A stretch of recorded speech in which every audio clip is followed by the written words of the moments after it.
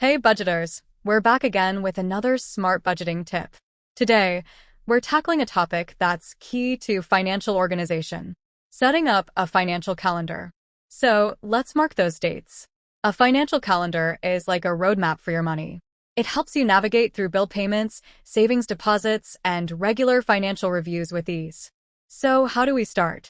Well, begin by grabbing a calendar, either digital or an app, and mark the dates of all your regular bills, rent, utilities, credit card payments, and so on. Set a date, perhaps quarterly or biannually, to review your financial goals and progress. Adjust your budget and savings goals as needed. If it seems like a lot to manage, you can use tools like apps to make things easier.